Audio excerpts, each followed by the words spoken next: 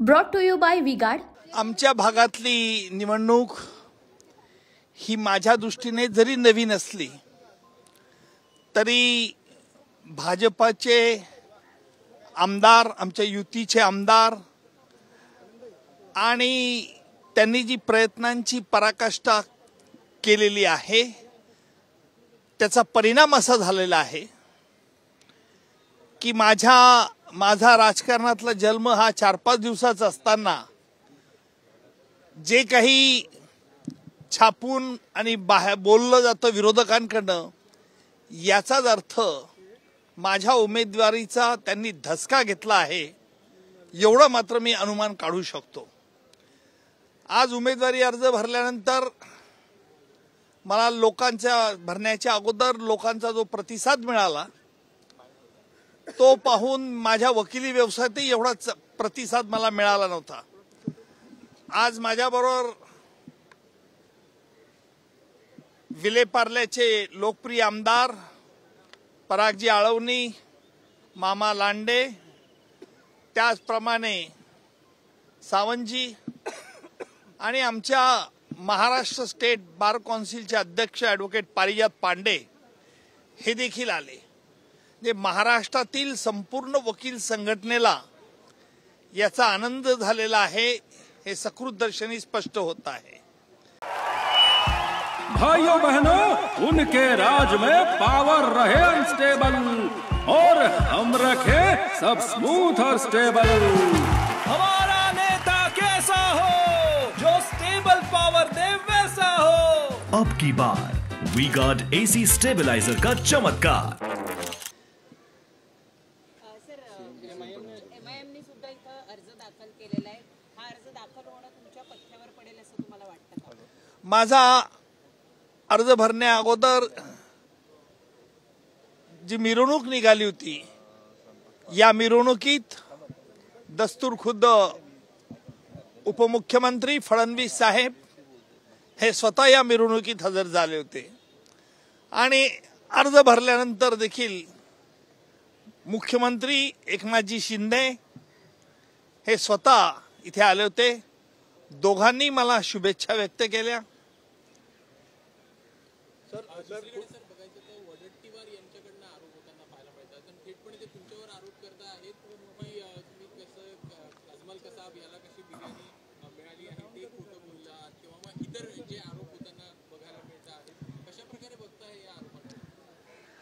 मी अशा आरोपांकडे अजिबात लक्ष देत नाही।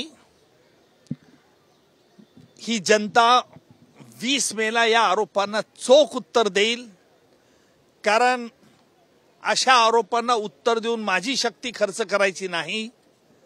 जनतेपुढे मी काय केलं आहे हे सगळ्यांना माहिती आहे, त्यामुळे अशा आरोपांना उत्तर देऊन माझी ताकद खर्च करण्यापेक्षा मी सकारात्मक दृष्टिकोन ठेवतो आणि तुम्ही बघा यापुढे काय होतं ते। तुमच्या समोर मुरलेला उमेदवार आहे राजकारणात मुरलेल्या, तर तुम्हाला ते निवडणूक जड जाणार नाही का? मी अनेक मोठे कुविख्यात गुन्हेगार आणि देशाच्या विरुद्ध ज्यांनी युद्ध करण्याचा कट रचणारे असे पाकिस्तानी अतिरेकी यांच्या विरुद्ध देखील खटले चालवले आहे।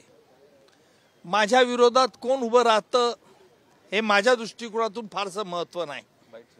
माझ्या दृष्टीने महत्वाचं एवढंच आहे की आमचा पक्ष भाजपा, आमच्या देशाचे पंतप्रधान नरेंद्रजी मोदी, गृहमंत्री अमितजी आणि मोदी सरकारने जी काही सामान्य जनतेकरता जी काही चांगली कामं केलेली आहेत व त्याचप्रमाणे आंतरराष्ट्रीय स्तरावरती आज भारताचा जो दबदबा निर्माण केलेला आहे, भारत हे एक आर्थिक महासत्ता बनण्याच्या मार्गावरती आहे, हेच मी लोकांना पटवून देईल।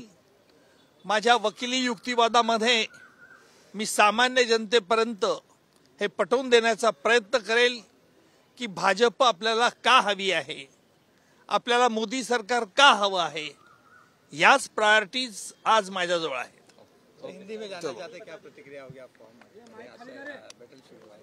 संतोष दादा आउटपुट दे ना,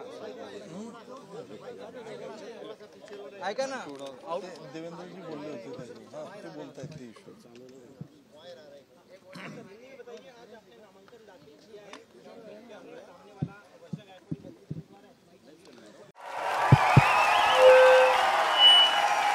उनका बैकअप सिर्फ कल तक और हमारा चांद तक. हमारा नेता कैसा हो, जो नॉन स्टॉप बैकअप दे वैसा हो. अब की बात वी गॉट इन्वर्टर बैटरी का चमत्कार. ये मुझे पता है कि मेरे सामने वाले कैंडिडेट कौन है, लेकिन मेरा जो एजेंडा है वो आज तक भाजपा ने 10 साल में हमारी जनता के लिए क्या किया है, आम आदमी के लिए क्या किया है.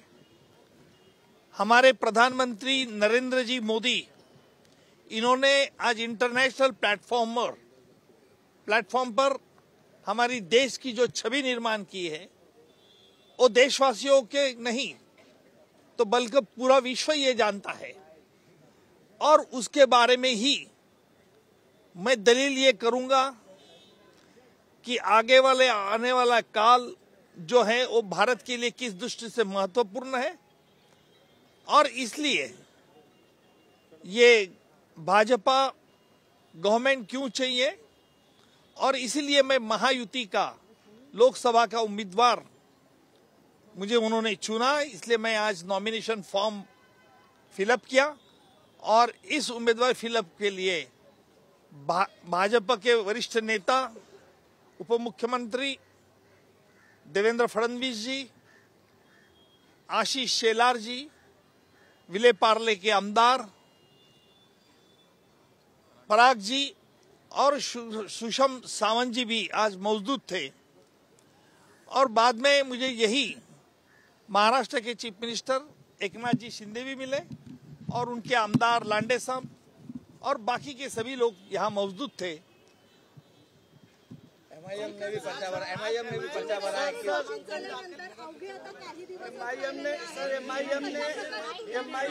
अपना नामांकन दाखिल किया है. सर आपने आपकी उम्मीदवारी दाखिल करने के बाद, आपकी उम्मीदवारी जब जाहिर हुई उसके बाद अब महाराष्ट्र के विरोधी पक्ष नेता विजय वडेट्टीवार आप पर आरोप कर रहे हैं कि आपने किस प्रकार कसाब के बारे में झूठी जानकारी लोगों के सामने रखी. देखिए, मुझे 4 दिन ही राजनीति में आया हूं, लेकिन जैसे ही मेरी उम्मीदवारी जाहिर होने के बाद जिस प्रकार कांग्रेस ने आरोप किए हैं, उससे मैं ये जरूर अनुमान निकालूंगा कि उनके तंबू में घबराहट निर्माण हो गई है. और ये घबराहट इतनी है, अगर मैं बोलना शुरू कर दूंगा तो शायद बहुत मुश्किल होगा कांग्रेस को. इसलिए अभी तो ये शुरुआत है, लेकिन मैं सकारात्मक विचार से देखता हूं और जरूर इस पर जो उन्होंने आरोप कर रहे हैं उसके बारे में हमारे भाजपा का नेता लोग उसको जवाब देंगे. देखिए, ये डेमोक्रेसी है. लोकशाही में हर कोई पॉलिटिकल पार्टी को उम्मीदवार खड़ा रहने का कानूनी हक है. इसलिए मेरी पार्टी का क्या एजेंडा है, मेरी पार्टी ने आज तक क्या किया है, यही लोगों के सामने मैं रखने वाला हूं. कहा गया है कि आप लोगों ने जीतने के लिए अपनी बी टीम एमआईएम के रूप में उतार दिया है. देखिए, ये आरोप में कुछ तथ्य नहीं है, क्योंकि आज सभी को मालूम है कि पॉलिटिकल पार्टी इंडिपेंडेंट होती है. वो A-B कांग्रेस जब भी चाहता है तभी उसका नाम ABC करता है. That's all. Brought to you by V-Guard.